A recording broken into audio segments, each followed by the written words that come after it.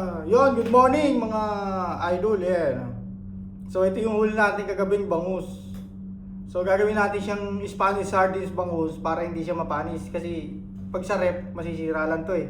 Kahit nakayelo, papangit yung lasa. So bibibrahin agad natin ng Spanish sardines bangus.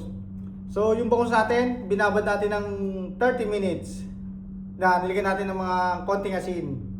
Kasi para may lasa na siya. So dapat 30 minutes lang. Pag 31, aalat. Pagka 29 minutes, tatabang. 30 minutes, orasan mo. Yan. So yung ingredients natin, ito pa, carrots, bay leaves, bawang, sili.